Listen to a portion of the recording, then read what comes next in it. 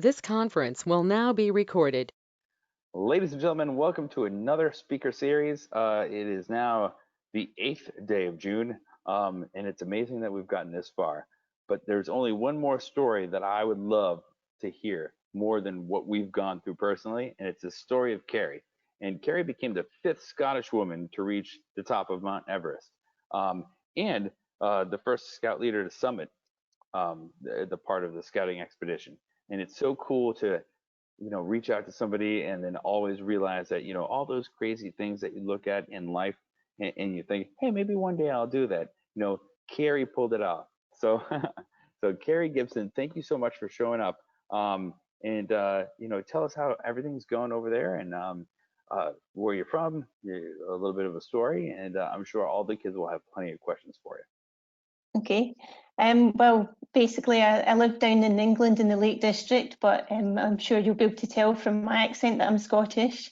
In the UK just now, obviously, we're in lockdown too, but we're still being able to go out and do some exercise, which is obviously a big part of my life. And, the rest of it is pretty similar to you guys, I'm sure. Just trying to stay well and hopefully soon get back down to see family and friends that we can't see just now. But really, for me, I just want to share my story, if that's okay, for Everest, and we'll take it from here. Hopefully, the technology will work for us. I know, I hope so too. Yeah. So, I mean, basically, the first thing is that my love for adventure came from scouting. It's been a big part of my life, scouting, and certainly it gave me the access to outdoors and the chance to go places that I wouldn't have had any other way.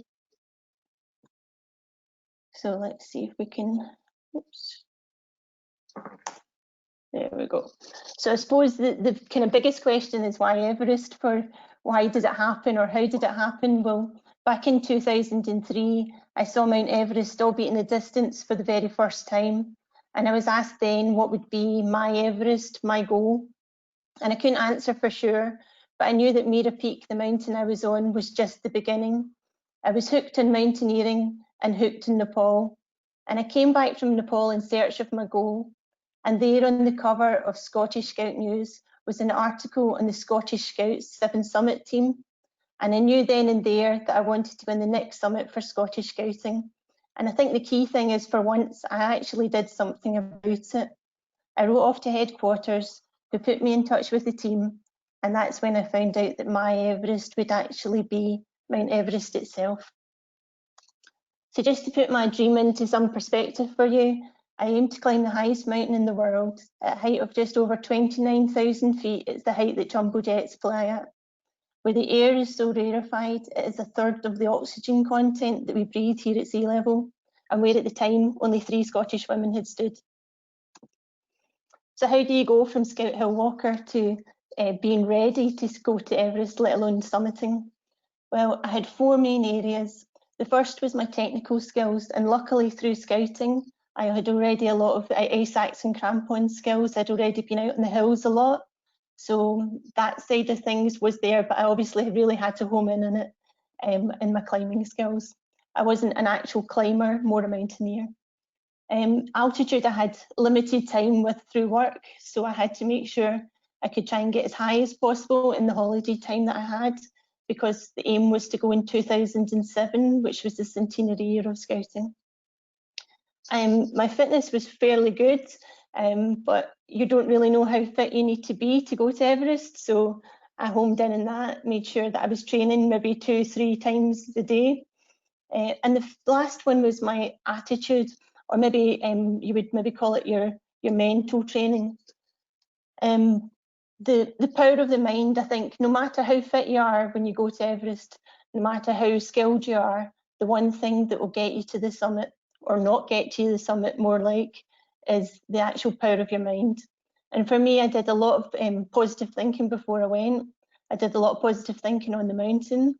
I was really lucky that every single day I just enjoyed the fact that I was there. I felt so privileged that I was there. The visualization, I knew exactly what it would be like. I knew it wasn't going to be easy. I knew I wouldn't be feeling good. And I kind of made sure that I had painted the worst possible situation in my head, and then it couldn't possibly be any worse than that. The self-talk, I mean, it sounds silly, but things like to make sure you're drinking enough or eating enough to fuel your body to go up the mountain. So every day I drank enough water, or I ate all my dinner. I made sure that, I gave myself a little pat on the back. And that sounds like not much, but once you start going higher at altitude, then your appetite's suppressed, so it makes it quite difficult to actually eat things. You deserve that pat on the back. Yeah. So I certainly made it a lot easier by eating a lot of chocolate. So you don't seem to get you can get lots of calories out of chocolate. But also listening to others. Listening to others works in two ways. If people around about me were positive and they were saying I looked strong, or I was doing well on the mountain, I stored that away for when I needed it. If, however, people round about me were starting to get a bit doom and gloom, would they summit? How slow were they going? People were faster than them, people were fitter. I basically blocked all that out. I had decided that on the way into Everest, basically, that every single day I would take as long as I needed, and I would save all my energy for the day that mattered, which was summit day. So it didn't matter if I came to camp last, I just need to get to camp. So I did a lot of training in Scotland, and this is some of the sea stacks in Scotland, which helped obviously for that feeling of exposure. And then I went out to Nepal, back out to Nepal to do some training in Island Peak. L'Aubergine, that's Everest just in the background. It always seems so close, but it's nowhere near. Down to Aconcagua in South America, where, in fairness, I had a lot of learning. In Aconcagua, you carry all your own kit. But the biggest learning thing for me was not to eat yellow snow. And I'm sure that everyone will know exactly what I mean by that. I also went out to Kantengri and to Tian Shan to do some unclimbed peaks. And another learning curve, never to leave anything in the porch of your tent, because otherwise you end up with spaghetti laces that just don't tie because they're so frozen. So silly things like this may not seem a lot, but it was all preparation, not just for getting altitude, but to get prepared to how to look after myself on the mountain and to make sure I was slick. In fairness, in Scotland, you're usually in very cold, wet conditions, so looking after yourself is a big thing. And we learned all the way through Scouts how to maintain ourselves on the mountain and be safe. So that was a big thing for me. I'm sure everyone's seen the film Everest, and unfortunately seen pictures similar to this in 2019 on the south side of Everest, but for me it was nothing like that. One, there was to be no epics. I was happy to go summit and come back, not need to write a book, and not need to make any movies about my time. And also on the north side, permits are limited, and there's never been anything like this kind of queuing on the north side of Everest.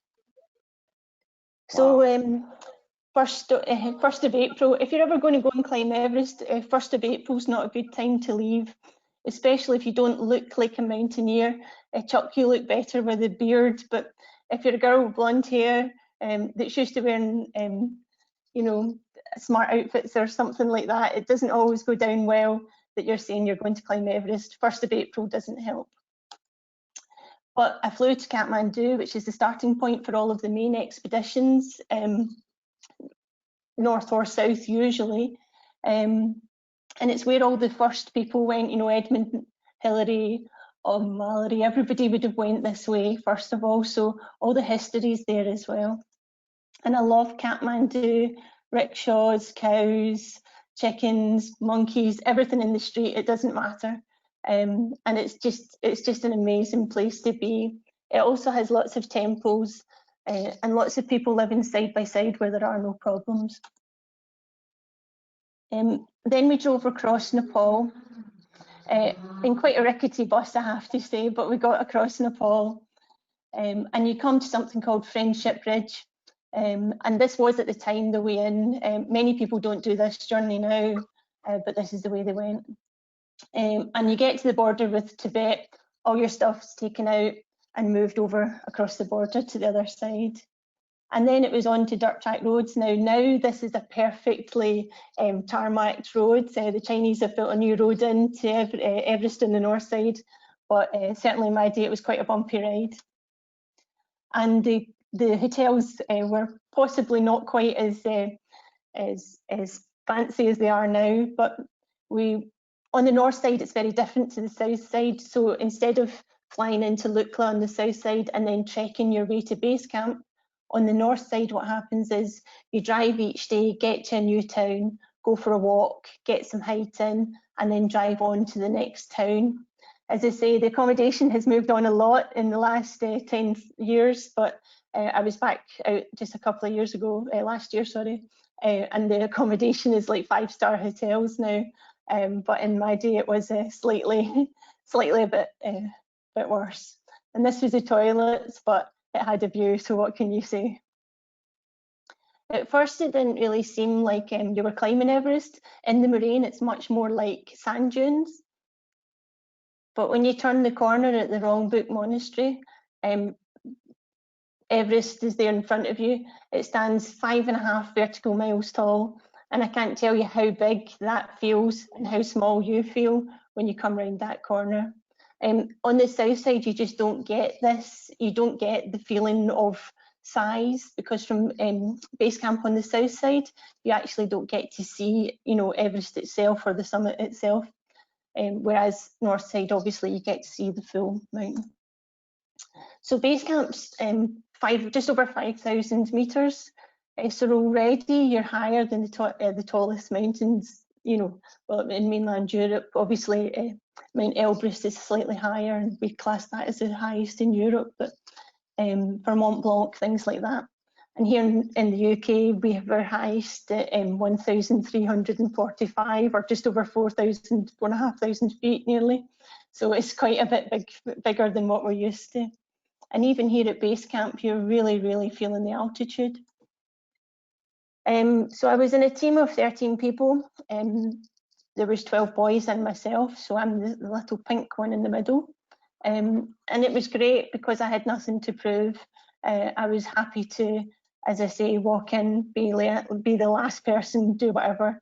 It wasn't a problem. And through scouting, I was used to being amongst guys all the time anyway, and being treated as an equal, and I was on this team too.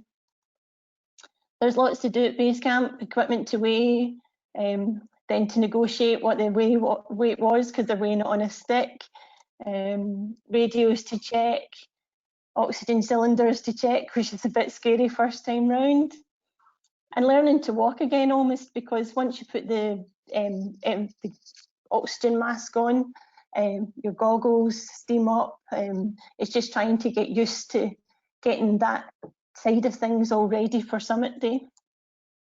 And for me, there was also a lot of eating to be done, and chocolate, as you can see, was the way forward. And at first, as I say, you spend about a week at base camp. We try to get to a height of 6,000 meters, so that we can then move on to go to the first camp, or which would be an intermediate camp. But before we go up the mountain, everything is blessed by the local lama. He does a ceremony which gives the mountain god's blessings for moving up the mountain.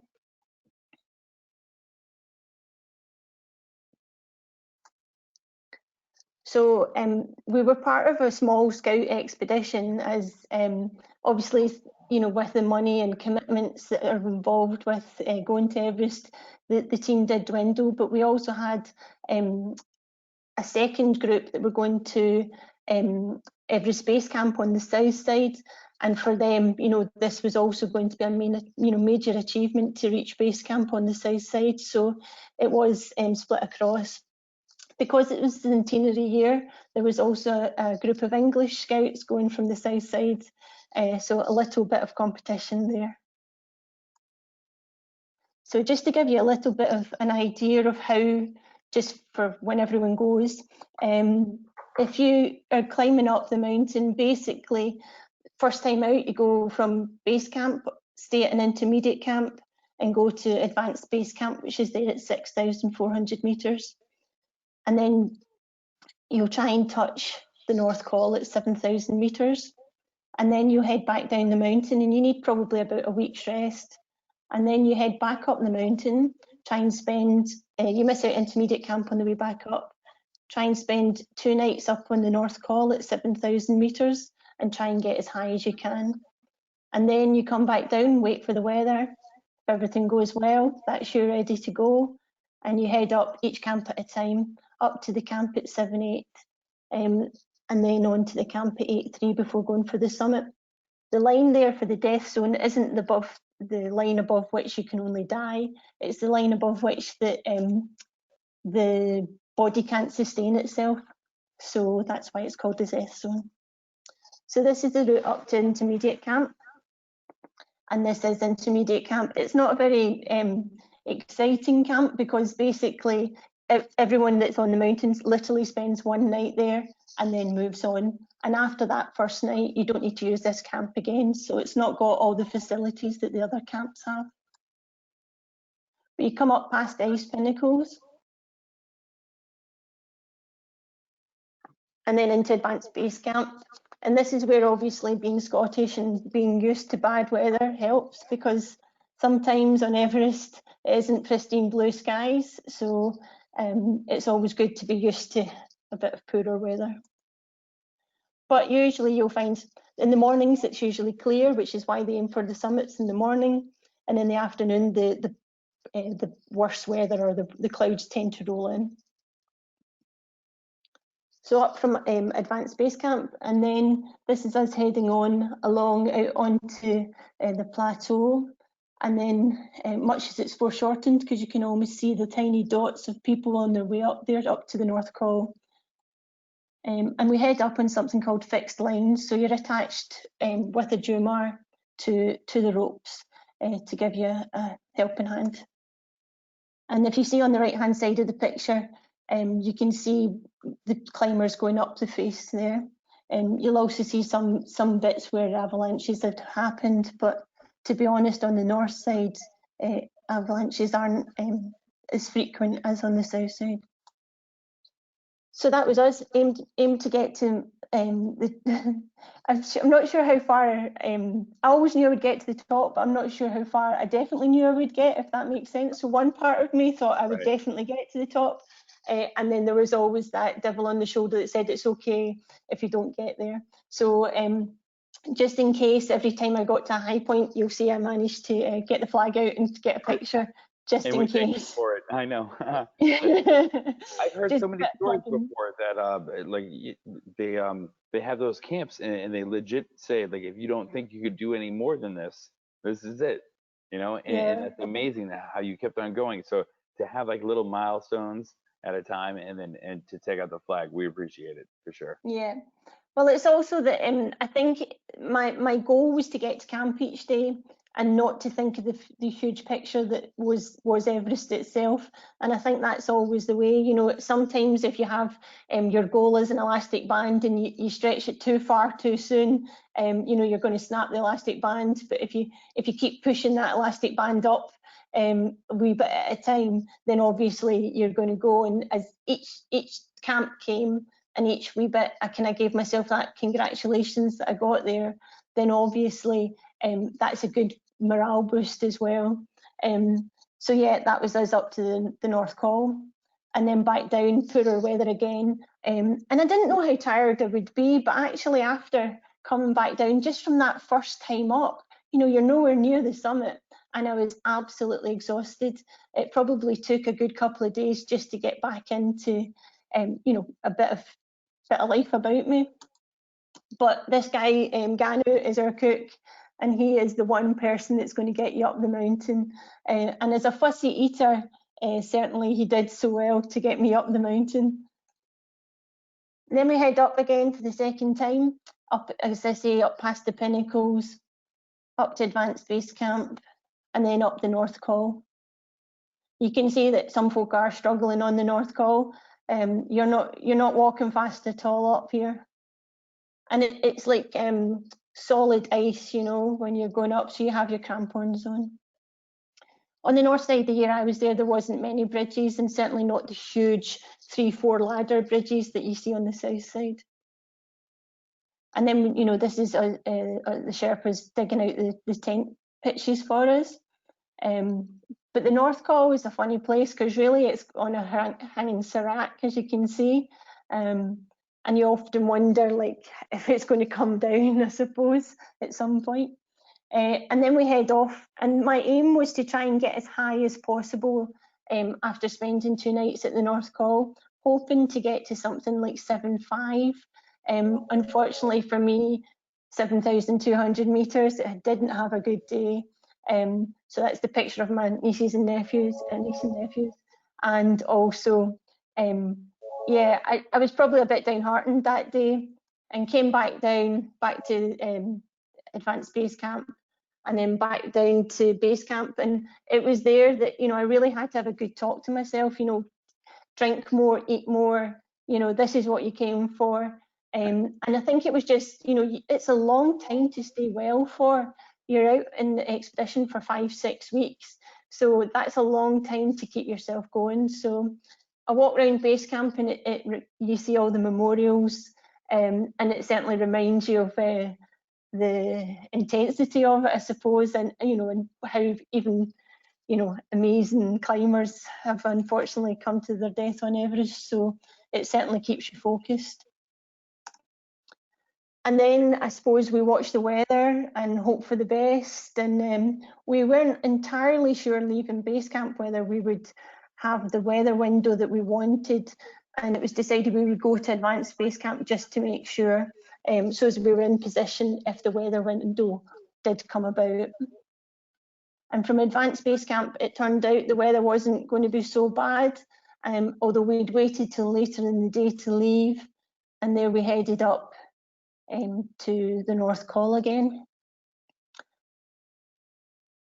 And obviously for me, that was, you know, this is where you'd been the last time you didn't feel so good. So I actually felt a lot better this time, and obviously was much more acclimatized to the altitude. And then the following day, you set off from that camp on the North Col to try and get to the camp at 7-8. And it's a long way. And one thing that you don't think about on Everest, I think you probably think how cold it's going to be and, you know, all these things, is you don't realise just how hot it's going to be with the snow reflecting up on you and the sun beating down. And it certainly is part of the problem for me was dehydration this day. And with the down suit on, you can see that we were absolutely exhausted. Not maybe my best picture. And then, as you can see, we still have a fair amount of time to go, heading up to the camp at 7-8. And once you get into camp at 7-8, you know, we were pretty tired, obviously, but that was the highest I had been again. So another congratulations. Probably not going to get any scout badges for the way that the tents are pitched, but there wasn't quite enough room. So part of the back of this tent was actually hanging off the back of the mountain. So you didn't really want to be rolling over too far that night. And then it was a case of going in, making sure I ate and rehydrated. You've used a lot of calories at this height, and it's just about, you know, getting everything back into you again, ready for the next day. You forget how high you already are at 7,800 metres. I mean, you're higher than, well, anywhere else in the world, in the sense of only mountains in the Himalayas are higher than 7-8. And it does feel high, that's for sure. And you can see the whole route of where we've come up from. Amazing. And then we set off again from 7-8. And this is a really long day. So you head off from 7-8 and you aim to kind of get into camp at 8-3. I got in about 3 o'clock. I mean, you can see there again, it's another day of being quite warm, but now I'm on oxygen. And that certainly, at first it doesn't feel like it makes a difference because the flow rate is so low, and it's quite claustrophobic with the mask on. I'm not sure if American Scouts will know what wombles are, but certainly in the UK we had a thing when we were wee called wombles, and basically that's what you look like with your down suit on. We get to the camp at 8:03, so I come in about 3 o'clock, and I'm going to set off for the summit at 9 o'clock at night. You don't sleep, you don't, you're just resting and trying to boil water and organise yourself. You'll see if you look closely at the picture that that's my foot there with the R on it. Before I left the UK, I wanted to make sure that I wasn't going to be stupid enough to put my boots on the wrong feet at that height. So everything has, your labels on it. Yeah, everything's right and left. And I knew everything. I had to make sure that everything was in order. I had one bag that was packed, and I pulled everything out of the bag in order, ready to get dressed and go for the summit. It took like 10, 20 minutes just to put your boots on. You can't believe how slow things go at this altitude. Another good picture. So at 9 o'clock at night, we left the safety of the tents. The whole team wasn't quite ready at 9 o'clock, so myself and another team member and one of our Sherpas left to go for the summit. And I actually did most of the sections you'll see next in the dark, so I've got some pictures from other times just so you can see the route up. But I did this section in the dark. So this is us coming up to the second step, and if you look closely, you'll see the ladder of the second step. This is it here in the top half, and the Chinese had put that in. So when they don't know about Mallory and Irvine, this ladder obviously wasn't there. Mallory and Irvine didn't take ladders in with them, and it wasn't until the first Chinese team went in that summited that a ladder was put in place to climb this second step. It's got quite a lot of exposure on it, the second step. And then you head off, changing oxygen as you go. And this is where the people, I suppose, get summit fever, as they say. You can see the summit, it feels close, and you're walking quite slow at this point, so it's still quite a while away. But luckily for me, I persevered, kept moving one step at a time, and reached the summit with my Sherpa here, Lakpa. And so on the 16th of May 2007, I became the first Scottish woman to stand on Everest and the first scout to summit as part of a scout expedition. And then the hard part comes, doesn't it? Because you always hear about people summiting, but you need to make sure you get back down. From the summit, people ask if you can see the curvature of the earth, and I'm not sure if you can or not, but it certainly feels like you can because you're higher than anything else round about. And then, as I say, heading back down. And it wasn't really until 36 hours later when I arrived at base camp that that I was able to phone home and say I was safe, and to let everyone know what had happened. Obviously, they knew I had summited earlier than that because the radio signals went down to tell everyone at base camp that we had summited, and they put that out. But for me to actually be able to say I was safe and back down wasn't until advanced base camp. And then the main thing, obviously, is the cake. So that's what it's all about, really. But I think for me, the one thing I'd like to just leave you with is there's a quote from Edwin Hillary, and it says, "It's not the mountain we conquer, but ourselves." And probably what I'd want to say to people would be, what will be your Everest? It doesn't need to be Everest, but everyone should have a goal. So I suppose some questions now, maybe, Chuck? Oh, absolutely. Oh, all right. So what you just said right at the end, right? You didn't have to climb Everest, right? But Everest was something you wanted to do, and congrats on being the first Scottish woman up there. And thank you so much for supporting the Scouts and then holding up that flag every time you hit like another level. So now there comes all these questions from the audience, and then pretty much more aligned with difficulty level, right? So is there a difference between the north side and the south side? And which is why you went up one way, like is the other way worse or doable or not doable? Yeah, I mean, there's lots of different things. I suppose if you have the skill to climb Everest, you should have the skill to climb from both sides. Okay. People say that the north side is more technically difficult, but really that technical difficulty comes on summit night. there's less objective danger on the north side, in the sense that you don't have to go through the Khumbu icefall. So until, you know, the North Col is relatively more stable than the south side. The north side's windier. You camp higher on the north side. It's a longer time to get back down to safety, usually on the north side. So each year, I think you'll have people that will say one way or other. But as I say, I think if you've got the skills, you should have the skills to be able to climb either, so it shouldn't really make a difference. I think for me, the main reason for the north side was, I suppose that's where it began in terms of Mallory and Irvine, so there's a bit of history in it. Certainly the less objective danger, things that I could control. I always felt that if I was going to be a danger to myself or to somebody else, I would be able to turn back round. And for me, getting myself to Everest itself was an achievement in itself. So for me, I didn't have to summit, albeit there was obviously a lot of people following me and a lot of people willing me on. I didn't feel the pressure that I had to summit. So I think if you can get yourself to the standard, or even just to be able to say you're going, I suppose, which where I came from wasn't a norm. I think that type of thing certainly is the way forward, really, for me.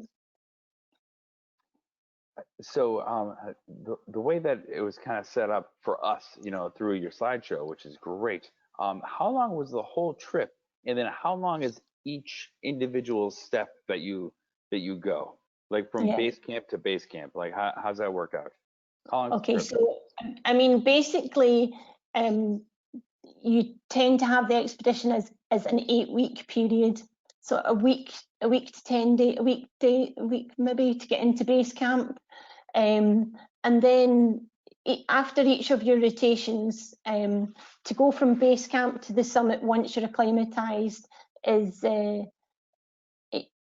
5-6 days kind of thing. So yeah, so in distance, it's not that far. I mean, base camp to advanced base camp, I think, is about 14 kilometers. So it's not, but you never measure in distance at altitude. It's based on how much higher you can go each day, really. And the emphasis on climbing high and sleeping low is what they would class it as. So usually you're talking 500 to 1,000 meters of height gain, but trying to make sure you're only really 500 meters higher each camp when you're sleeping. Wow. I think like most of us are all tied up on like the duration. So like when you go from camp to camp, do you feel as though like maybe like a little disheartened a little bit, like, you know, when you start moving from camp to camp in order to make and in the photos you had too, right?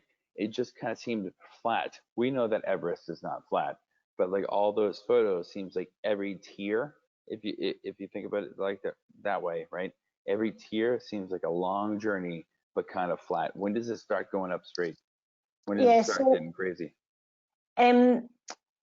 It's never ever too crazy. It's just got bits in each step. So for instance, like the North Col, once you hit the bottom of the North Col, it's certainly you know, you're starting to move up at a steeper angle then, and then the rest of it is a lot more walking than you would expect.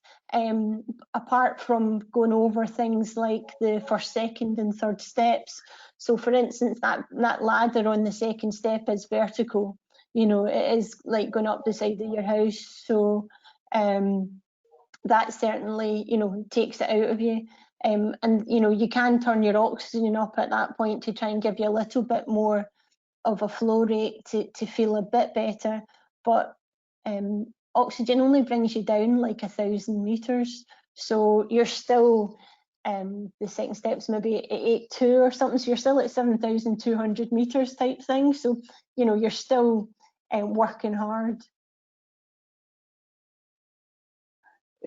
That's so amazing. So just recently, I had the opportunity to go to I'm trying to say it right, Young Frau, or the top of Oh Europe, yeah, which young was pro. 3,400 meters, Yeah, and I was so proud of myself. I'm like, hey, yeah, I made it to the top of Europe, but like we didn't need oxygen, and they had a gift shop, so they're they're like, for what you had, that all that hard work, all the training. What was the training like in order to build yourself up to get to even? I still can't believe you went all the way to the top. Like that's amazing. But like, what was the training like, especially with the food? You were talking about, like, you know, eating food. Is there a lot of calories in that food? yeah. I mean, Yeah.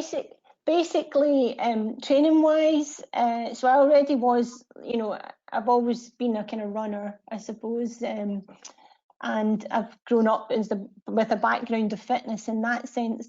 Um, I upped my game for going to Everest. I did 6 days 6 days exercise a week. So basically, I would go in the morning, get up at early, go swimming or go to the gym. Part of that was for the exercise, and partly because it's not nice getting up when it's cold in the morning to go to these things. So again, you're training yourself more for the toughness of it. Then lunchtime, I would probably do some kind of core workout in the gym. And at night time, I would either run or cycle or something cardiovascular. If I was doing a running session and I was doing a hill session, I would maybe set my sights on 10 hills. And then when I came back down to the bottom and I was like, that's it, I'm properly tired with the 10 hills, I would then make myself do another 2, purely to say you've got to understand that once you think your body's at a point of giving up, there's still a lot left if you want to let your body do it. But you've got to be able to say to your body, this is okay. I've been in this kind of situation before. I've been where I felt really, really rubbish, but I've bounced back. And I think that's what the training's about.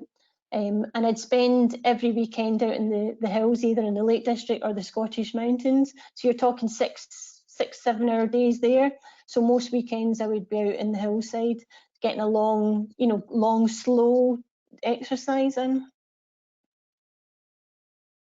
Calorie wise, calorie wise, I think the meals have got something like 800 calories per serving, and then you have like a main meal and a pudding. So Yeah, that's yeah, the calorie wise, that's amazing. But like you put out what you're taking in, and it's like legit energy, right? So you need to be able to. Do you think you need to be able to eat that? Do you think that the pudding helped, like at the end, that little bit of sugar and those extra calories? yeah, Does I have pudding to. help at the end? I probably a bit. I'm good at saying that you have to do all the eating. I have to say, as it got higher, the eating wasn't something that I was very good at. So summit night, I went to the summit night, and to be honest, I think I had 2 jelly babies, and that was it. So a bit of calorie deficit the time I came back down. But certainly, I had done the eating early on in the trip, and I had done the eating until that point. Which obviously you need to be doing it. I mean, I was really lucky that I wasn't sick at any point on the trip. So as I say, you've got to be really strict with yourself, keeping, washing your hands, and getting yourself like organized in your tent, just being slick. It's not unlike going to camp, really. The camping side of things was brilliant for me, because obviously as a scout I've camped a lot and in some pretty poor conditions. And it's amazing how many people in the mountain get annoyed or start getting worn down by the camping side of things. So I have a question. How long does it take to get from one camp to another? Like, what's the distance between Uh, like where you're working yeah, your way up in tiers? yeah. So when Couple you go days? up the first time, as you go up the first time, say to um, up to advanced pace camps, maybe 6 hours, 7 hours. But then once you start doing that later in the trip, it's maybe 4 or 5 hours. Up to the North Col, you're looking at doing that in maybe 5 hours. Again, you know, it'll maybe get a bit quicker as time goes on, and that's the way it works, is that the first time up anywhere to height is much slower. I mean, from the top camp, so at 78, I left probably about 8 o'clock in the morning, and I got in at 3 o'clock in the afternoon. And then from the camp at 8:03, I left at 9 o'clock at night, and it took me till 23 minutes past 6 in the morning to get to the summit. So from 9 o'clock, what are you talking to, right through, and then another 6:30, down to 8:03 at lunchtime, so about 12:30. But then I stayed. Somebody needed some assistance in the top camp, so I stayed there, which is why it took longer to get down overall. So you mentioned in your bio, we were talking about like you know, how you give a lot to scouts for being prepared for something like this. Like, was there any particular skill or like life lesson that you learned from scouts that helped you get through, you know, doing this huge event? Anything one particular? Yeah, I think the main thing's enjoying it.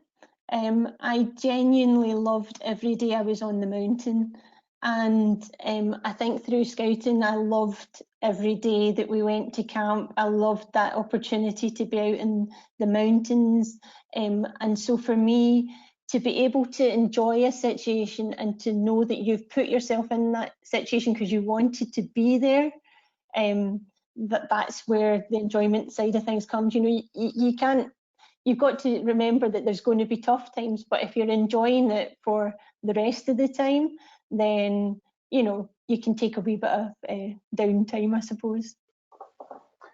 And so we have a whole bunch of questions coming in around, like, how much was summit day? Like, how long? So you mentioned somewhere between 9 and 12 being on summit day? No, so I left this for the summit night. I left at 9 o'clock at night, and I arrived at the summit at 20 past 6 the following morning. Oh, geez. So we walked right through the night. So, and having had no sleep, because obviously we'd walked that day to get to 8:03, so it's a long day. Wow. That's the amount of work that has to take. I mean, I commend you. I think that's fantastic. Will I be ever to do, like, there's no way I could do it. One time I was in, let's see, Switzerland, and then I just walked up like a couple of small mountains. There's no way that I think that I could do that. Like I mentioned, going to a young Frau, I think, you know, and then most of the time we were in a train. So so like, it's amazing the amount of leg work. Did you, in your training, was it specifically like hiking or like little hikes for a lot, or like, how did you train your legs in order to be able to do that? Yeah, I mean, during the week it was all cardiovascular stuff and a small amount of training, a small amount of core stuff. But basically, it's the weekends when you can do back-to-back walking. So obviously, it's great being able to go and do one big day in the mountain, but on Everest, you're not doing one big day. You're doing so many consecutive days, and that's what your body has to be ready for. It has to be ready to be able to get up and do it all over again the following day, and potentially on a day when you're not feeling great. So if your fitness isn't there, then obviously you're already putting yourself at a disadvantage. So yeah, the fitness I was definitely fit enough to be there. That's so amazing. We have these scouts that go to Philmont in New Mexico and in the U.S. And they train, and they say, oh, like, we have to hike, you know, a couple miles every day. And I'm thinking that's nothing as compared to what you did. So, You've got to start somewhere, though. that's true. Yeah. So this could be metaphorically, but both literal as well. Like, what is your next Mount Everest that you would like to do? Oh, well, I mean, the next Mount Everest I did when I came back from Everest was I actually did a half Ironman because I wasn't really a very good swimmer. I couldn't put my head under the water very well. And well, I could put my head under the water, but then I couldn't breathe. So basically for me, I kind of learned to swim properly. My next Everest, last year I did an adventure race, which is like 5 days going across Scotland and back in a team. And unfortunately, somebody got injured, so we got pulled out of the doctors pulled us out. The adventure race is back on again next year, and it takes in some of the most amazing parts of Scotland. Or it's all unknown at the moment, but it will take in some of the most amazing parts of Scotland. It's hiking, kayaking, canyoning, cycling, everything, anything that they'll throw at you, and it's non-stop. So you get to see the sleep monsters and things like that. I've been doing like a few 100-mile races. I had an entry for the Ultra Tour Mont Blanc this year, but sadly it's cancelled. So yeah, and in for the for which is an original mountain marathon here. So there's lots of things going on. So we're coming up at the end of our time. I had two questions, one of which was a personal question. There's this one town in Scotland that has like the world's longest name, and I just typed it into the chat box, and I don't know if you could whip that up because I can't say it. It's like Landfair, and it just goes on for 50, 70, 75 letters. I've been there before, and they were known for, let's see, cows and weddings. And then I just didn't know if you could say that word for me. Where is it? Where will it be? Oh, all right. So in the top right hand corner of your screen is like it looks like a little like speech bubble, and you click on it. Yeah. The chat box. Yeah. Oh, there's lots of chat. Hold on. And I'm sorry, like normally I'd have nobody to ask, but I just met you, and I figured somebody's gonna be able to pronounce this. Oh yeah, that makes no sense to me either. No way, that's not real. That's definitely not real. All right, that's and they had it.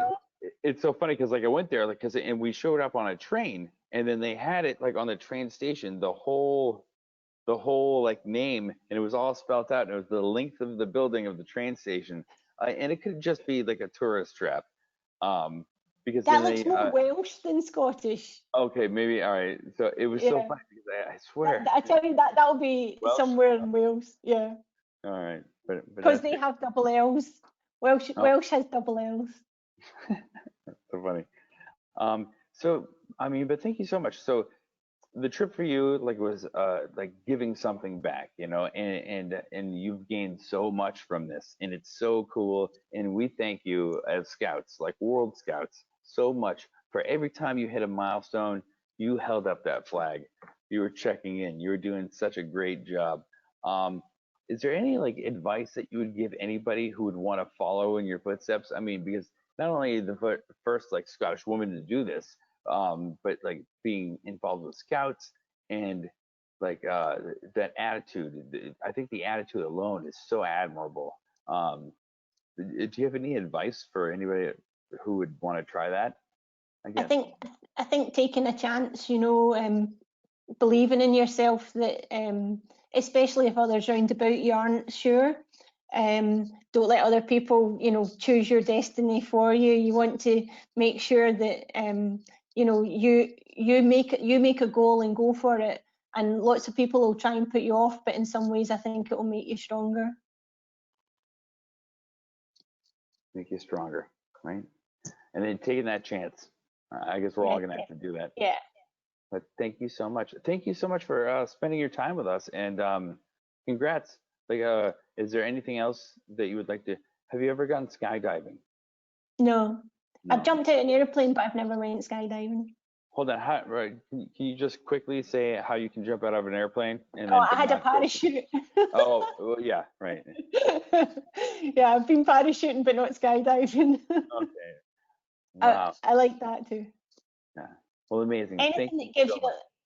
sorry, anything that gives you a little bit of yeah, Right. I like doing things that I don't know I'll complete. That's the main thing, you know, things where there's not so much the parachuting, I wanted that to complete, but for the adventures I now take on, I want to make it that it's definitely something that will challenge me. There's no point in making it an adventure that you can definitely do. So sometimes you've got to be ready to fail and accept that, because you know you've got to choose an adventure that's beyond your comfort zone. Yeah. So I think that's great. And it's like such a good message. And I agree with you. Like, just kind of going outside of your comfort zone, it helps you grow, right? Yeah. Thank you so much. And we really appreciate it. Okay, no problem. All right, take care. Thank you. Bye.